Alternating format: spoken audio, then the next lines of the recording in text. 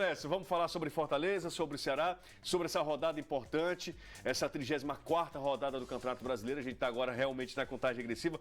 Faltam 5 jogos e esses 5 jogos vão definir muito a vida dos dois nossos representantes na competição. Claro, tem muita coisa envolvida. Fortaleza tentando se firmar na zona de classificação para a Sul-Americana. Acho que permanência já é uma realidade muito palpável, plausível para a equipe do Fortaleza.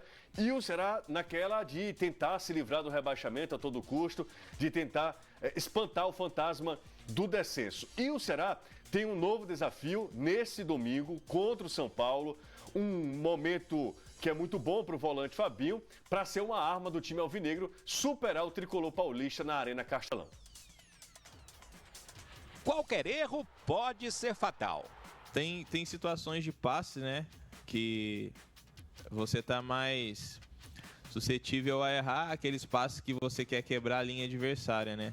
São os passes que geralmente eles levam mais perigo ao adversário. São passes realmente difíceis, né? E você tem que saber o tempo certo de fazer. O Ceará entra em campo no domingo contra o São Paulo, buscando se manter fora da zona de rebaixamento. Diante de um adversário que tem como objetivo as primeiras posições do campeonato, errar não é uma opção. Graças a Deus eu tenho acertado muito mais do que errado, mas é óbvio que, né, a gente também erra bastante, mas são erros que estão dentro dos padrões da partida, né? São erros que, acertando, a grande chance de gol ela é mais real.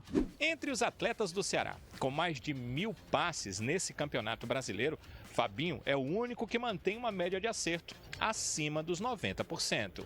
Eu atribuo muito isso ao trabalho no dia a dia, né? Eu venho trabalhando muito especificamente algumas situações que eu preciso melhorar e que eu precisava melhorar, entre elas o passe.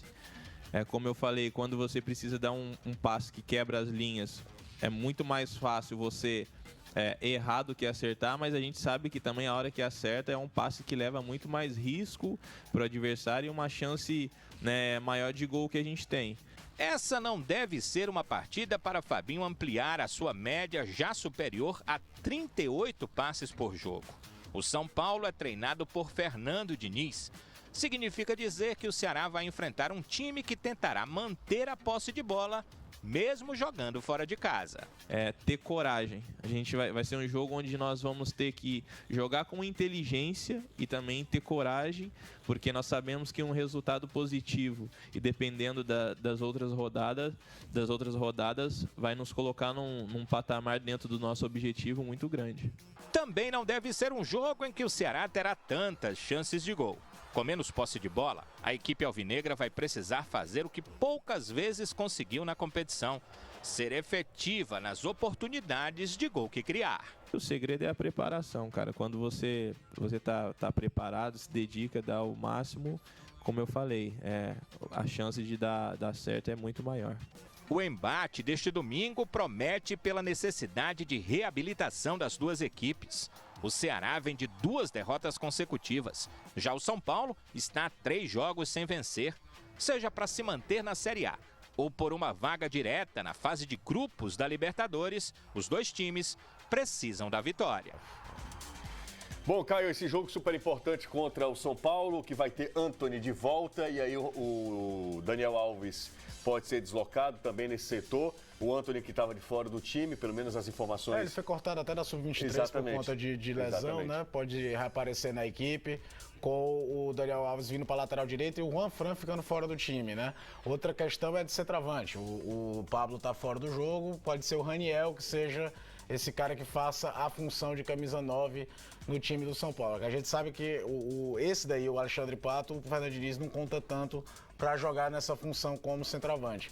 De qualquer forma, mesmo que ainda não tenha 100% que o Fernando Diniz gosta, né? O São Paulo é uma equipe que tem aquela característica do treinador, de tabelar muito, de jogar muito com toques curtos dentro do campo de ataque do adversário. Então, taticamente falando, vai ser muito parecido com o Ceará enfrentou 2 vezes no Fluminense. No primeiro turno, ainda sob o comando do próprio Fernando Diniz. No segundo turno, o jogo que ganhou por 2-0 com o Fluminense comandado pelo Marcão de forma interina. De entender que não vai ter tanta posse de bola, vai fazer o que o Adilson adora, de acelerar o jogo quando há necessidade de fazer, porque de procurar espaço, não é tanto um time que domine, que faça, gire a bola, como era mais o time do Anderson Moreira, né? Que fazia mais esse tipo de movimentação, um time que acelera mais. O importante, seja lá qual formação vai ter no São Paulo e seja lá qual formação o Ceará vai ter também, né? A gente, por exemplo, tem aquela dúvida se o Galhardo começa jogando ou não, por conta de tudo que aconteceu na semana. É aquele jogo que não tem margem para erro pro Ceará, não. Não, tem que ganhar o jogo. Tem que ganhar o jogo. O São Paulo tá brigando lá em cima. O São Paulo perdeu do Cruzeiro e do Fluminense. É essa conta que o Ceará tem que ter na cabeça. Perdeu por 2 dos 3 adversários diretos do Ceará hoje, que são Botafogo, Fluminense e Cruzeiro. Você tem que pontuar nessas horas que o teu adversário pontuou também para poder criar conflito na classificação. E que tenha sido uma semana proveitosa por parte do Adilson, até de levantar a moral, porque é aquilo que a gente comentou, eu nunca vi o Adilson tão abatido como depois do jogo em Chapecó. Verdade. Sabe, nas outras derrotas, nos outros resultados ruins do Ceará, inclusive no Clássico, era um cara, não, eu errei, o time errou, mas a gente criou, podemos melhorar. Era meio de, caramba, perdemos para Chapecoense, o que é que vai fazer agora? Pelo menos tinha uma semana de um jogo pro outro. E vai encontrar um São Paulo que, dentro da realidade dele também, precisa dar resultado. Muito, né? Então vai sair pro jogo, vai dar espaço. Exatamente. O São Paulo está querendo também uma vaga ali na Libertadores, da fase de grupos da E ele Libertadores. vê um Grêmio voando. Exato. O Grêmio, depois da eliminação da Libertadores pro Flamengo, ele acendeu, ele botou a E o time do tamanho de São Paulo, Caio? Com tem que estar investimento de sempre São Paulo, brigando tem que ali. estar sempre brigando ali. Não é à toa que o brasileiro que mais títulos de Libertadores tem. Exatamente. Ele e o Santos.